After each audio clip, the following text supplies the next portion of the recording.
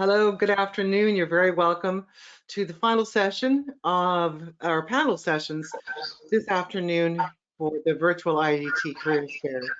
I have the proud pleasure of being joined today by an amazing group of freelancers who have made their way within the creative industries all the way across a lot of different disciplines. So I'm sure you'll join me in welcoming them all today here. I'm going to be co-chairing. Sorry, my name is Rebecca Roper. I'm one of the lecturers here in IADT. I also run the Final Year Matters Moving On program with a lovely team behind me. So Julian King is my co-presenter today. Yeah, so, program chair for 3D design, model making, and digital art. Happy to be here. Absolutely. So, well, everybody has your bio, so we'll kick right in. But before we do, if anyone has any questions during this session, please feel free. There's you'll see on your control panel that you have a place for questions. Just pop them in there, and we'll be able to ask our team about those things. So, who wants to lead? The first question I'm going to ask you guys is, what is it like being a freelancer? How, in like 5 words, what is it like? Ross, you want to start? Because you're probably our youngest freelancer in the room. 5 words. I'll give you 6. I'd probably start with, I'd say tough, but worth it. Is that 5 words? Like 4, you did it 4. Well done. It's like there's a lot of work and there's a lot of time that you need to put into it, but it's a labor of love, and it's when the work pays off, it's 110% worth it. It's like amazing when you see the work paying off, but it is a lot of work, and I mean it's a lot of hours, and I don't take much time off, but I mean I'm not complaining in any way whatsoever right now. I'm really doing exactly what I want to do, and I'm very passionate and happy with what I'm doing, and I wouldn't change for the world. But yeah, basically, so that was my 5 words extended into a few extra words. Very good, very good. Does anybody have anything to add to that, or to kind of say, well, I have a different take on it? Or are you all in agreement that that's what it is? It's tough, but exciting. It is risky. You don't have your 9-to-5 job. You don't have your pay packet each week. You're not sure where it's coming from next, but you're always working. And I think that's the trick of it. You need to be always working. Even if you're not getting paid, you're working on something yourself, because work makes work. And that's where the likes of LinkedIn and Facebook and stuff and social media, letting the world know that you're working, and then you're in demand. Work creates work. It really does sound like a platitude, but it really does. And that's where you have to really, really love the work you do to do it obsessively and all the time, I think. Yeah, so it is. That's more than 5 words. I'm very sorry. That's okay, but I think the takeaway there is work begets work. Work gets you more work. You can't exactly wait for the phone to ring. So yeah, I think it's never boring. Go on, James. It's never boring. It's never boring. You're always working with a new crew. You're working with a new project. You're working with new deadlines, and it keeps our jobs very, very interesting. I think that's the difference between people who work 9 to 5 and people who are creative freelancers, is that no week and no month is ever the same. And I find that as a designer, I get very bored very quickly. I always need to move on to the next, to the next, to the next. So I could not sit in an office from 9 to 5. So yeah, that's the most interesting part for me. And I think you need to embrace that. I think you need to embrace that unknown factor of this sort of work. And I mean, I do a lot of promotional work and corporate work in the industry, and I've worked with everybody from millionaires to special needs, all in the middle. So you get to do loads of different work and meet loads of different people, and you need to be. I think what I've learned is, wow, you need to be good at communicating. You're really, really good at communicating, because you're meeting so many different personalities with so many different objectives. And I think the trick of it is, a lot of times, with what I do anyway, I mean, someone who's making a video, for instance, of Tai Chi, for instance. Tai Chi is their world. That's their world. That's the most important thing to them in the world. So I have to appreciate and understand that I could be doing something for MasterCard, and now their corporate work is the most important thing in the world. So you're constantly changing, and I think when you have I may have no love of what they're doing, but I love what I do, so I understand how they love what they do. If that makes sense. So you're saying you're a bit of an actor? Is that what? Oh God, it's no. that's the first thing I do. If you look around my resume, first and center is acting. Yeah, you So do. you guys, everyone feels that there is a kind of a sense of being able to present yourself in a way as a freelancer, to make yourself visible. That is, I don't know, because it frequently artists sometimes they have such a specific skill set that it can be really hard for those same individuals to also be able to be entrepreneurs, actors, communication experts, and yet. I think that there's a lot of networking involved in what we do. I think that there's an awful lot of, word, like how you get your next job is by someone else saying that you've done your last job well. And I think that is a continual rolling factor throughout your career. So, it's kind of, I always say to young people coming into costume, like, be nice and polite, because you never know who's in the room and you never know who's going to give you your next job. And even if they are an absolute nightmare, you need to be polite, you need to smile, and you need to be professional at all times, because you don't know who's going to be in the room that will give you your next job. And it might be tomorrow and it might be in 5 years, but they will remember the cheeky brat that wasn't doing what they were told in the corner. So don't do that. Yeah, exactly. I'm a tutor in the Gaiety school, so I'm often working with actors and people new to the business. And I always say this is show business, but the word business is longer than the word show. So this is very much a business. And as wonderful as art and creativity is, you do need to be an entrepreneur. You do need to see yourself as a business and be aware of all those other boring things that you don't want to do. That isn't making your film or acting or animation, or you have to, your own website, your own business cards, networking, as James was saying. And it is a business, so you need to have both sides of your brain working, I find. It took me a while to get the other side going on that end, I might add. I got there.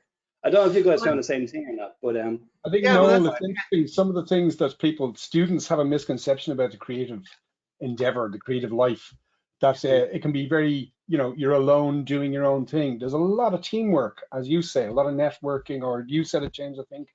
A lot of times you have to really work well with others. And it's an essential part of any creative endeavor. And it is a common misconception among students, I think, that you can do your own thing and really that's it, but yeah.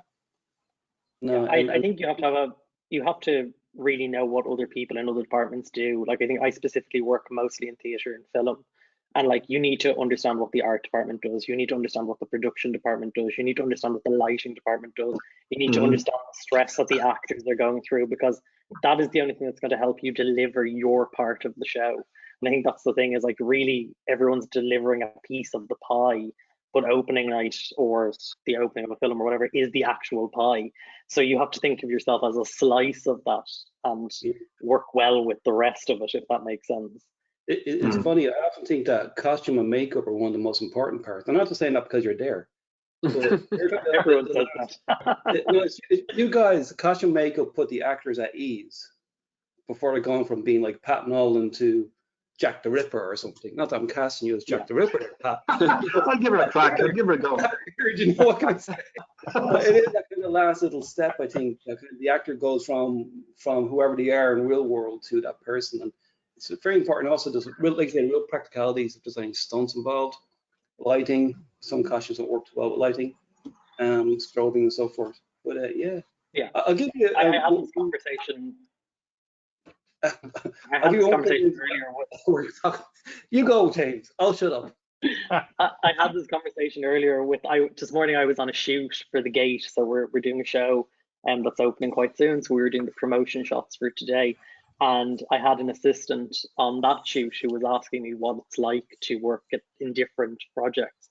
And the only advice I can ever give to people is that you have to remember that you're part of the bigger picture and that you are part of making something happen. And as costume, yes, you were there to make sure their hair is perfect, make sure their clothes is perfect, make sure it suits the character.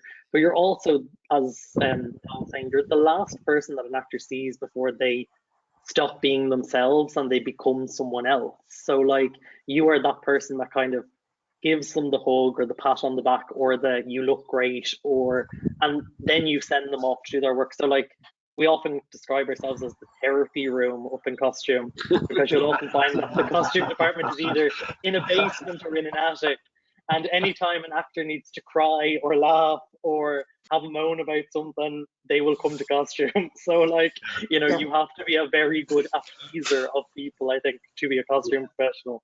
And I'm sure that goes out to other production departments, but I suppose when actors are kind of at their most emotional, we're usually the department that they come to for hugs. So if you're not a hugger and you're in costume, it's the wrong business for you. Can't crease the All I can see is Pat nodding. Not at the moment, James. Not at the moment. Not at the moment, yeah. It's like the elbows.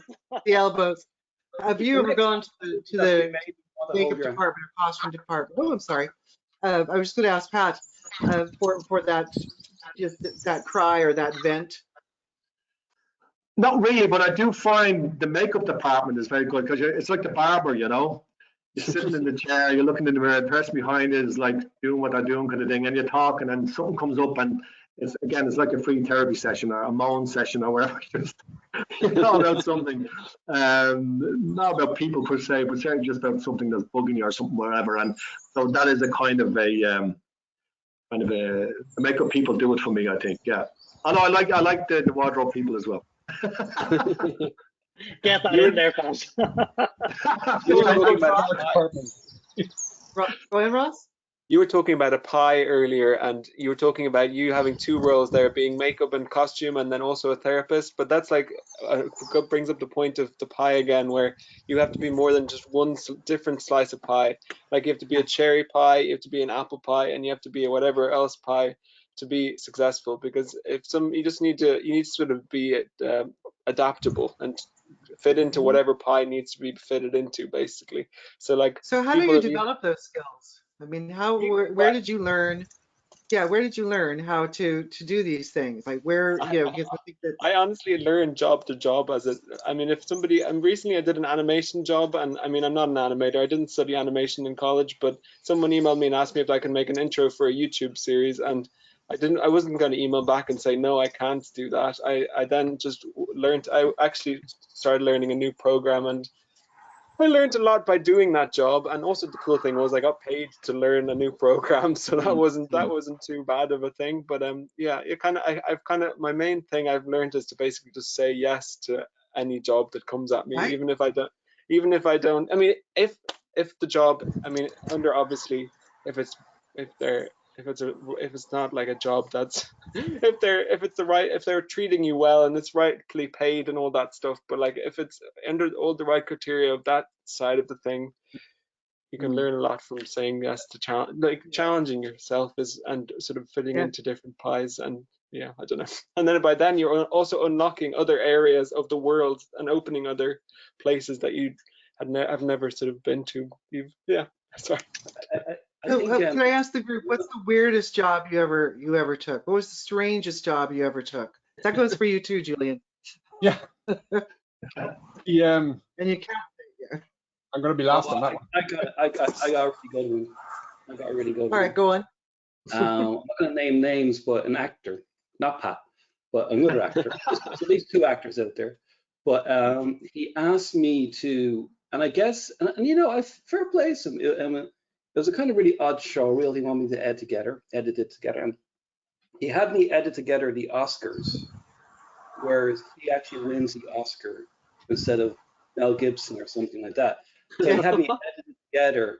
And remember, Jodie Foster was given the announcement and had me edit in for saying his name that he won this award.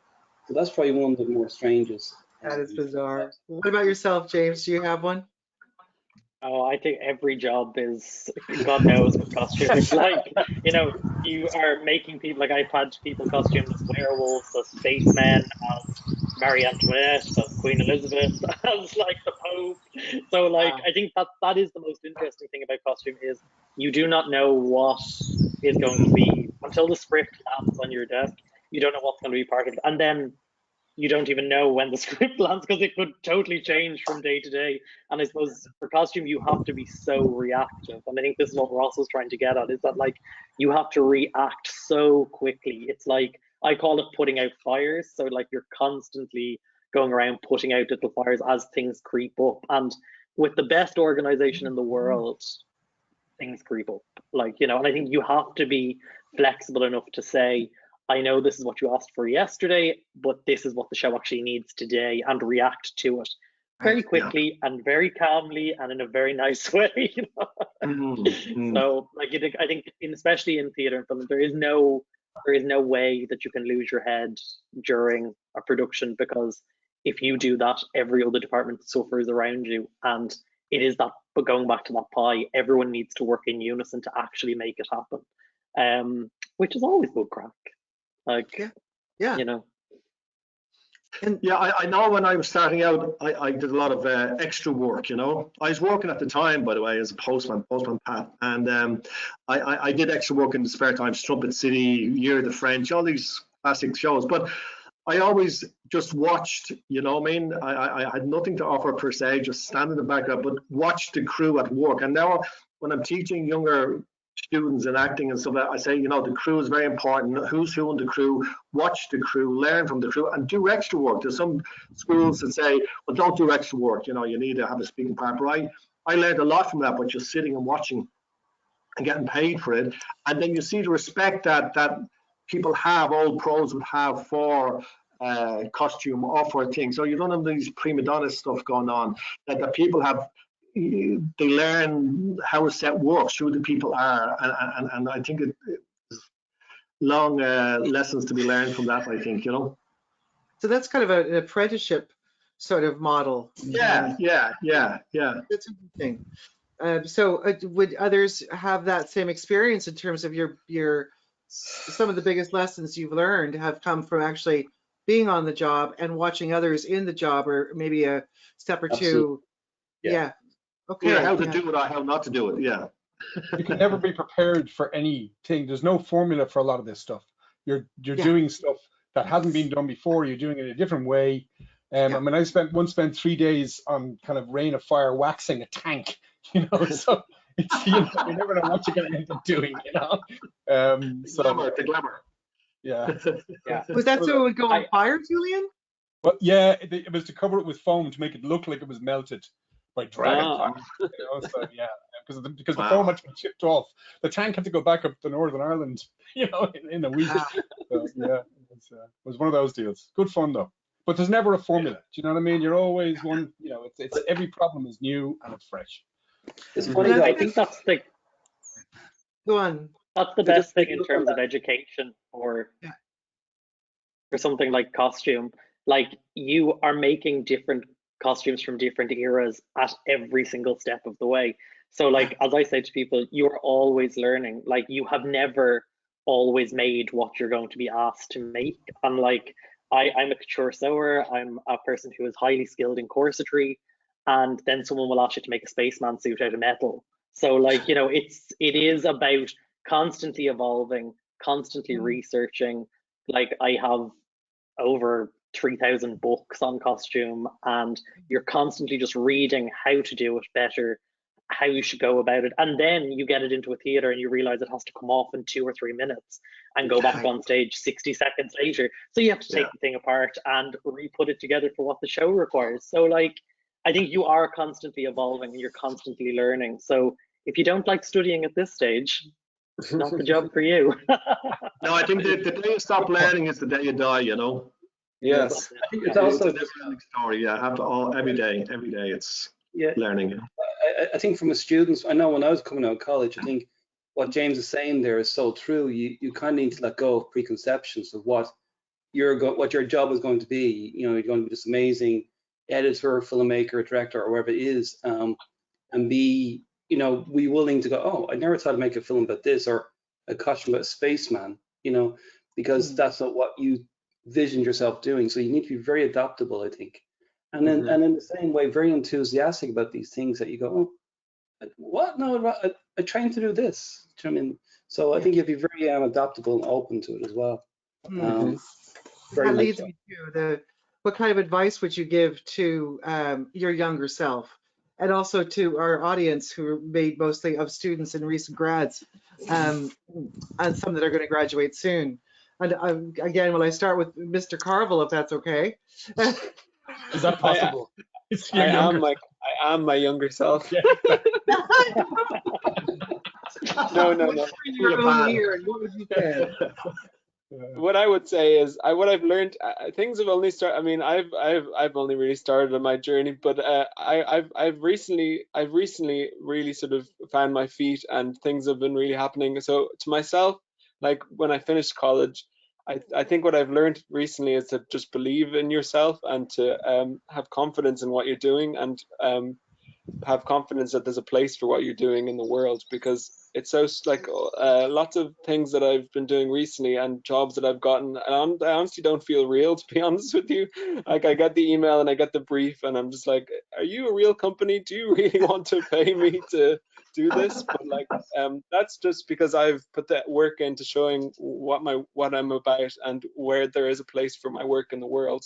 So once you believe in yourself and show people that you're passionate about what you're doing, people will start coming to you for what you are passionate about. I mean, recently I had a t-shirt design. I designed a t-shirt for a guy in Wexford, and it was a six-eyed leopard on the back of it. And I like to draw very weird things, but this man really liked my weird things that I drew, and he got a t-shirt. He made he's started a clothing brand, and there's one of the first artist collaboration of the brand was me. And there's a big six-eyed leopard on the back of a t-shirt that a man from Wexford has made. So that was pretty damn exciting. But that was just an example of me showing what I was about and me showing what I'm passionate about and showing that there was a place for it in the world, and him then appreciating that and wanting to put it on a t-shirt. But there's just, that's what I kind of learned recently is, I mean, I really learned that by being me and being passionate about me, people seem to be passionate back. So, Good. yeah, that was... I think that's pretty excellent advice. I got to be honest, because I've worked a lot in different sort of things. I was a casting director for a long time, and I saw how people their passion for as an actor, like that has a lot of belief and pride, and well-founded pride, and does the work, and is that being able to share your passion for something it's very important, I think, within the arts, and as freelancers, obviously the work speaks for itself on one hand, but if it also happens that, as James was saying, that you're a yes person, you're saying, yes, I want to embrace that, yes, I want to go for that, as Ross said, yeah, give me the challenge, I can take it on. Those are really good qualities to build your career on, and you can find people are going to embrace your passion as well, which is really great. That's great. And also just absolutely putting, I mean, I put myself out there literally every single day, but like the one thing that I tell you, one advice that I was given last year, and it's changed my path dramatically. I was waiting for a whole year. I literally had no clients. I was just sort of waiting for clients, and I was waiting for them to come to me.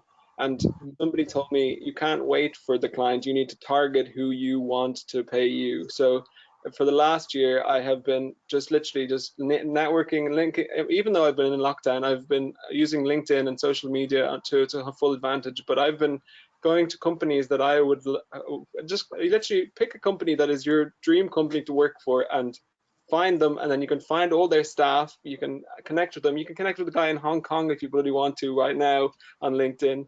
But I basically, somebody told me that you need to basically target. I was sitting around waiting, and I went from sitting around waiting to absolutely targeting. So Wow. I'm finding you need to reach out, basically, reach out and target people and find the people as well. And LinkedIn is the platform. LinkedIn is the platform that you use for that. I didn't use LinkedIn until quite recently, but I'm now quite a LinkedIn fanatic. I am. It's really exciting. You can connect with such big people and so many companies, and it's very exciting. What I do is you can literally type in the name of, say, it's a shoe company or a fashion company or I don't know, whatever it is, a big design studio in London. You can go in and then see a list of all their employees, and you can then just connect with them all. And everybody that I've approached has been always very friendly and open, and it's amazing what the internet, despite us being all cooped up in our bedrooms or in our houses, the internet is really, I've networked more in the last year than I ever did before, despite never leaving my bedroom. So it's been pretty amazing. Like it's shown the power of the internet, really. Absolutely. We have a question from Courtney in the chat there. It's how do you find your artistic voice as an emerging artist? So, do you want to take that again, Ross? Some people are more emerged than others. So, oh, I don't know. It's not easy, you know. Oh, is that Ronan? I saw an interview with Ed Sheeran, and I would agree with this, but 10,000 hours to become professional in what it is you do. And I think it goes the same with art and your artistic voice. And bear in mind, Courtney, that your artistic voice will change forever. What you say now won't be the same you say 20 years from now. And so own that, I think, number one. But I remember him saying that when he's writing songs, he has to open the faucet and all this water comes out and it's all dirty and it's terrible. And it takes ages for all that stuff to come out, keep it clean, until the good stuff comes out. And I think you just have to keep wading through it and wading through it. I know it's a very non-answer answer, but you will find your own voice the more you keep saying things, the more you keep putting things out there. And the other thing, don't look at what other people are doing. That's a big mistake. Especially you got social media everywhere. Oh, look at that guy, look at that girl, look what she's doing. No, your energy's going there. So you put your energy on yourself and focus on your own art, your own work. I think that'll be my answer. So there you go. Does anyone have a different point of view? Actually, Ronan, can I welcome you to the group? Hey, how's it going? It's great. Yeah. Thank you so much for joining us. So I know you've got a big gig tomorrow, which you probably pre-recorded today, I'm guessing. Are you still there? Let's go. Oh dear. It scared him away. Oh no. Hopefully he'll join back in. Yeah, If I think you another still hear us, line by the way, just quickly, because there was a question we also had here from one of the lead questions, which was, what's your most informative mistake and how has that changed you and whatever? And I think learning from your mistakes is a big thing and a very valuable thing for the best professionals to be able to understand how to do. But how would you guys feel about that question? Learning from your mistakes. You always learn from your mistakes. You learn the hard way. It's the only way to learn. You get it right the next time. Yeah. I suppose in my field, I didn't listen when I came out. Ronan's back. That's fine. Go on. Sorry, someone rang and cut across me. I've been enjoying listening. There's nothing that anyone said that I would argue with, and I think everyone, being courteous is a huge thing, and then finding your own voice. I suppose that's when I was butting in, going, oh no, it's not that easy. It's really hard to find your actual voice. But and then I can't. I'm sorry, I was kind of late. I didn't get everyone's name, but. There's a bit of your actual voice. You know the way a bat makes noise to map out a geography, and there's a bit of that about make as much noise as you can to map out your emotional geography.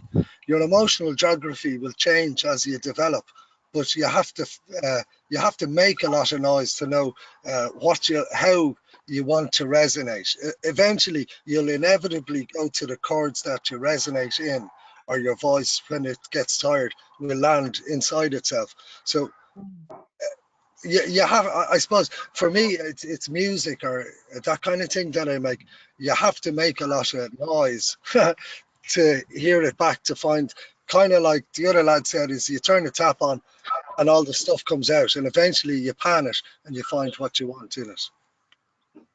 That's really good. That's great. Yeah, James, you were talking about mistakes and how they've informed your practice, and you do learn, as you said, from every single Yeah, mistake that we ever make. Do they for me, my mistakes stick with me longer than my triumphs. It's really easy for I'm me the to exact recall same. times that I messed up, but times that I Yeah. did well, harder. No, well, I think that's the thing is I think that like as creatives, you're usually like I have absolute OCD when it comes to they need to be absolutely perfect. So like my process is very get it perfect, get it right. And when it does go wrong, they are the times that you react the quickest and you get it right for yourself and for the show. And you learn just so much from that experience and you take it with you into the next experience. I think that's the interesting thing about costume is you are constantly learning and you are constantly adapting your skills, and you could be the best costume maker in the world, or you could be the most organized costume supervisor, or you can be the best at it, but you will never stop learning because every job will call for something completely different.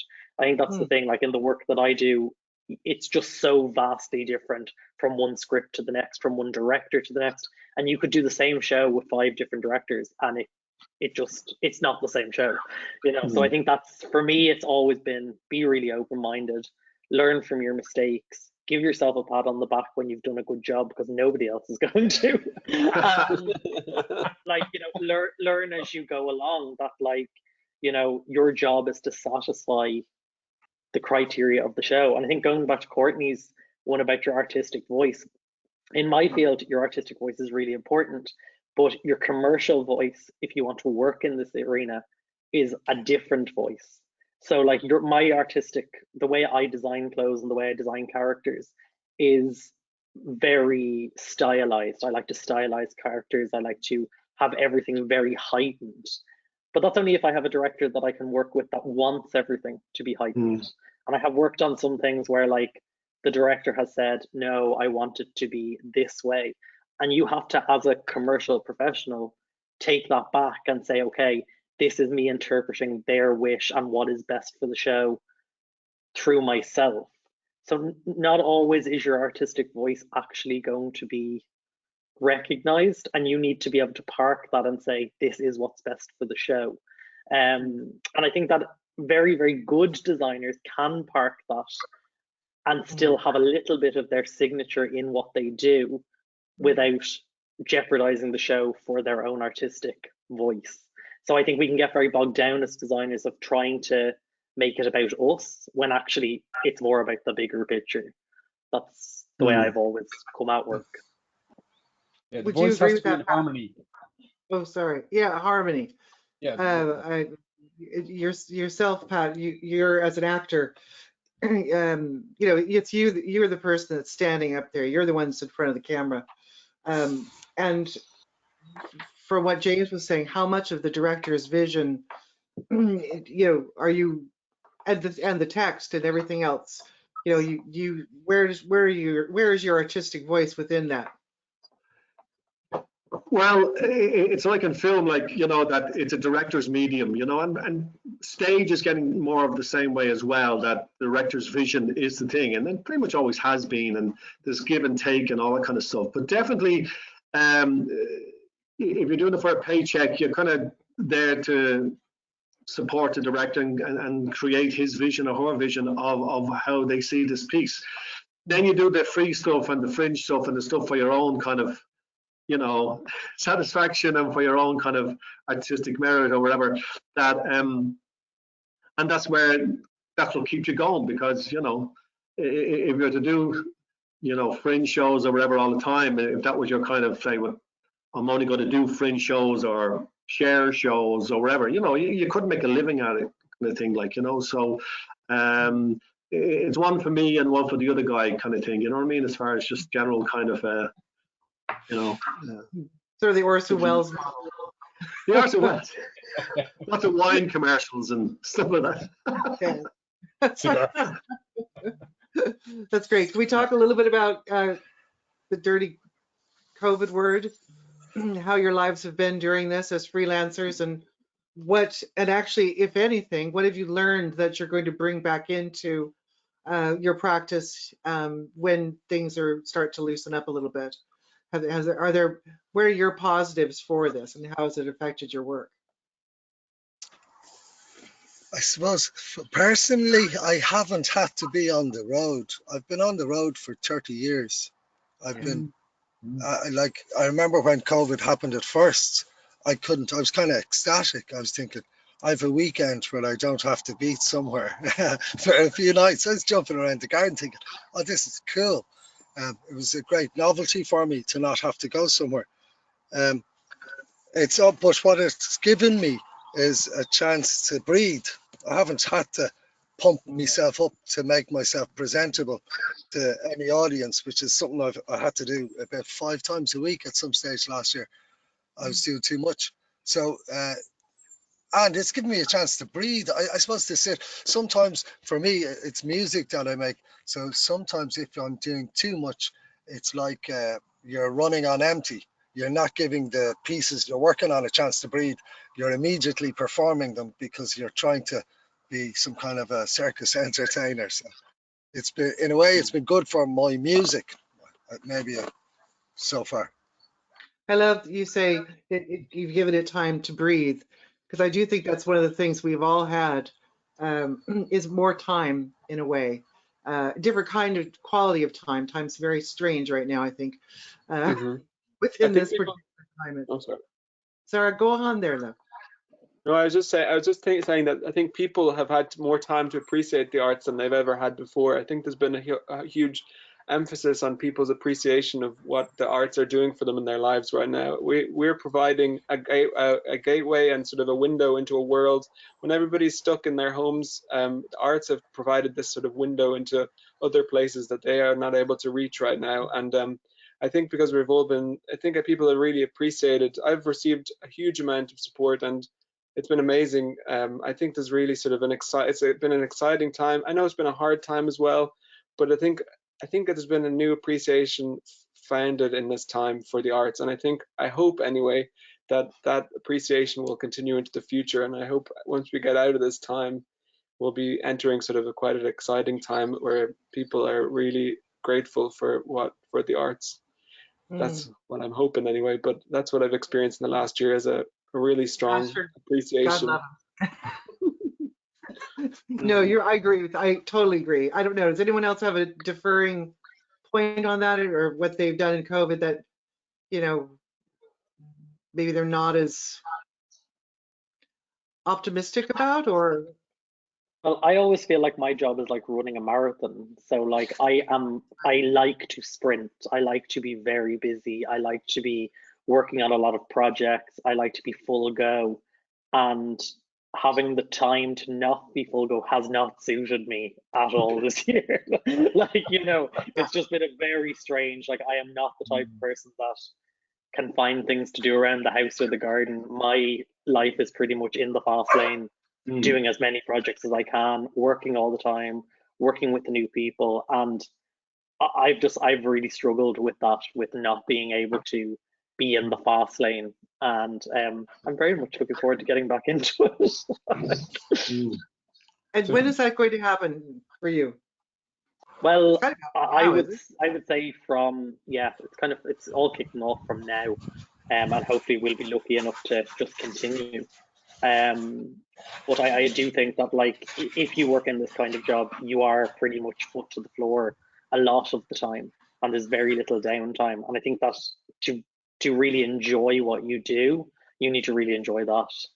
So yeah, and a lot of the work you have to take it while it's going. You know what I mean? It's the feast or a famine kind of analogy, So you take it while it's going and run around like a mad thing, and then nothing. We have another question here. That's a good segue, for another question from Laura. What do you do if you take on a job and during it you feel like it's not rightly suited to you? How do you know that you're suited to a position? Well, you complete the job for a start. But you suck it up, Laura. That's official. That's official advice. The thing about that is, I can only speak from costume. If you are a costume professional and you are costuming a show and you don't think that when you're in the middle of that job that is for you, that's the time that you finish the job politely and look for a different career. Because if you don't enjoy having 100 things thrown at you at one time and being part of that process that is quite manic, then just forget it. It's not the right field. Like, you can want to design all the beautiful clothes in the world, and like, I've worked as a fashion designer and a costume designer, and both industries are so similar in the fact that things are thrown at you, you react to them, you're in the heat of it. And I have never once questioned whether it was right for me to be in a room that I've been in, because I knew that this career was right for me from the time I was a child. So I think if you struggle with that, and you're struggling with that at this stage, then it's a definitely search inside yourself and see, is this the actual job you want to do? Because you can do anything and you can change your mind at any time. And my husband went back to study medicine when he was 33, and now he's a hematologist consultant. So, like, you know, your life is not dictated by the decisions you make when you're 17 or 18. It's dictated by what you feel is going to be best for you. And at any time you can bail out and do something else. But my advice is, finish the job first, do it properly, do it to the best of your ability, and then opt out. Don't opt out in the middle of a job. Just don't do it. Pick up on that. I think it's really important to remember, you might be doing the job for 6 months, or whatever it may be, but that job, you may not like it, might lead to a job that you do like, because there's people within that industry or within that sector that, oh, you did a very good job, I know you hated it, here's this thing. So you kind of have to look beyond that. Okay, I hate this, but it could lead to that, or could lead to this. And plus, you're building up your resume, and you're building up your contacts all the time. But certainly, like to say, suck it up. And be thankful you're getting paid to do something creative. Bloody hell, I'm glad you did that to begin with. That could be a novelty for a while. But yeah. Well, we're getting very close to the end of our time together, and I just, is there final words from each one of you about where's the next opportunity going to be? Can I just say something quickly, just as somebody starting into this world? But I want to just say, the way I started, and I've only just stopped working in coffee shops, but I was working freelance half the week, and then coffee shop the rest of the week.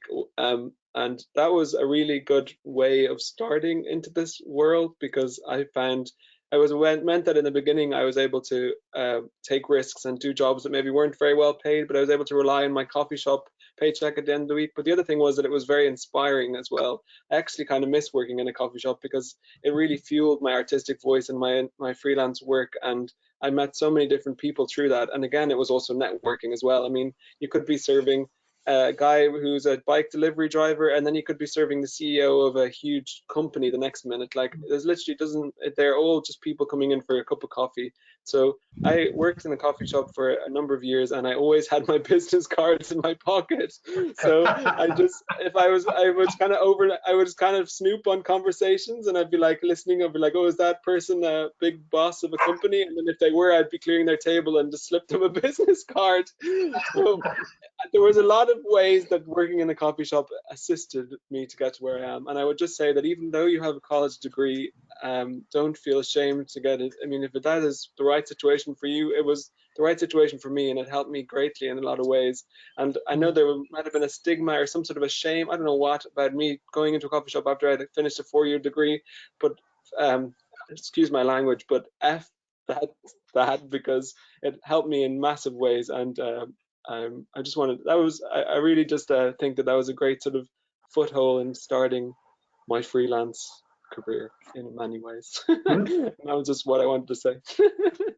No, I think that's marvelous. That's great. You can learn so much about people in doing anything in the service industry. I would always encourage people that want to find their artistic vision and voice to spend time watching and learning from other people, because they're inspiring. Human beings inspire all of us. So last words from the group. Where's the next opportunity going to be within the worlds that all of you belong to? Where would you be looking? What are your resources? Netflix. Sorry, say again? Netflix. That's where you look. That's where the opportunities are. That's where the money is. All right. And I'm serious. I'm hearing you. I think Absolutely. one of the great things about this break is that we had time to smell the coffee, so to speak, for the past year. Lots of coffee. But I think a lot of actors, anyway, have been doing a lot of writing. I know I have, anyway. But I think it's a good opportunity for actors to sit down and write maybe their own screenplays or their own plays or whatever. And so I think there should be some interesting new work coming on stream from actors, be it in film form or in theatre. You know what I mean? So at this end, that's what I think it'll be like, you know. Yeah, that's good. Dave, what about yourself? Well, I suppose my advice is to your costume students is to learn how to sew, learn how to or get a good grasp of pattern cutting, because if you are a costume designer, your best friend is your costume supervisor. They know how to put things together. They know how to make your vision come alive, but you need to know how basic garments go together. You need to know how to sew on a button. You need to know how to do all of those things in order to inform your design decisions for the body. I think that's a really important part that gets cast over a lot of the time in costume, is everyone is about the design and they're getting these great drawings on paper. The drawing is the very start of the journey. You need to know how to make it into reality, and that's either working with a group of people that can do that and knowing how to conduct all of those people, or doing it yourself. So learn how to sew, people, please. That's brilliant. What about yourself, Julian? Yeah, no, I mean, like well, college, for instance, is great, IADT, great place. When you're going and that's where you learn, you get group experience, you get to work on productions in a functional environment. What's that? It's the aliens have landed. But I think Sounds like we've absolutely got some great. visitors. Pat's observation about people reinventing themselves and branching out, that's a fantastic thing. And absolutely, I think that's really powerful. But yeah, learn your skills, your core skills, and practice those skills every day, and you will not go wrong. Absolutely, simple. Ronan? Oh, there's such big questions, and I didn't want to sound too poetic or philosophical. Sometimes I do that when I don't know what to say. But where my thoughts were going was, where do you look? Where's the next opportunity? And my first thought is it has to be inside yourself for what I'm at if I'm looking to be inspired. But then it's also in collaboration. There's something about, I suppose what I wanted to say earlier is that sometimes it's like a map of mistakes. The creativity, I don't always think that I'm creative. I just make so many mistakes that I have to come up with solutions. Like, and I have to, like, I suppose in the business you call it fucking up. I've fucked up so often that I've got loads of tricks, or sometimes I've had to deal with personal issues like my head getting at me or nerves or something, and I have to come up with a solution to counteract that. So in a way, because I've dived into this living off the hoof, I've become really creative in navigating it. So yeah, I always look inside, but that has its faults as well. I always blame myself too. But so where's the next opportunity? It's probably in collaboration for me. I think that'll bring me out of myself. Yeah. Very true. Pat or Ross? The next opportunity? The next opportunity is in lots of different places. You need to Right here. Right. You use the tools that you have to find the next opportunity, and be open that the next opportunity might be anywhere, basically. Because I mean, I didn't know that I was going to be designing a beer can, or I didn't know I was going to draw a woman's cat flying in space. I didn't know I was going to be doing all these things, but those opportunities came to me, and they came in shapes and forms that I couldn't have planned for them. But I used the tools which I had, which was social media and the internet, to find these opportunities, and they presented themselves in those unusual ways, but I accepted them with open arms. So use the tools you have. Here's my points. Use the tools you have, be open to them in whatever form they might take, and embrace them with open arms. There we go. Brilliant. Brilliant. You have a website, don't you, Ross? You wanted to mention? Pardon? You have a website you wanted to mention or You can something? look at my work if you would like to. It's just www.rosscarvill.com. You can see all the opportunities that I've accepted in recent times on my website, and there's a lot of unusually formed opportunities, I will say. But they were all very exciting, and I was very happy to have been a part of them all. But yeah. Wonderful. Thank you very much for Well, listening. I am going to play us out with a trailer from Noel Brady's last feature film. But before I do, I just cannot tell you, I've so enjoyed spending some time with you guys today. And so wonderful. yeah, no, I really had a lovely time, and you all are just wonderful. And I want to thank the audience. I think that our questions were really interesting. A big special thanks to the gorgeous behind-the-scenes goddess of IT, Ms. Caroline Healy, and also with Caroline, another incredible behind-the-scenes person is Louisa Keogh, who is my assistant within the FYMMO project here in IADT. And if I could also just give a huge shout out to the team and to Don O'Connor for this amazing day, this virtual careers fair day, which has just been wild. It's been rocking. So thank you all. And let's just have a quick look at some of Noel's work, if that's okay, Amy, and I'll see if I can make this happen. This is so exciting. I'm going to make this happen. Watch me go, Tech. Thank Okay, you. do it. Do it. Thank you, Ronan. Thank you. Thank you, guys. Awesome. Okay. You seeing this, guys? Yeah. Okay.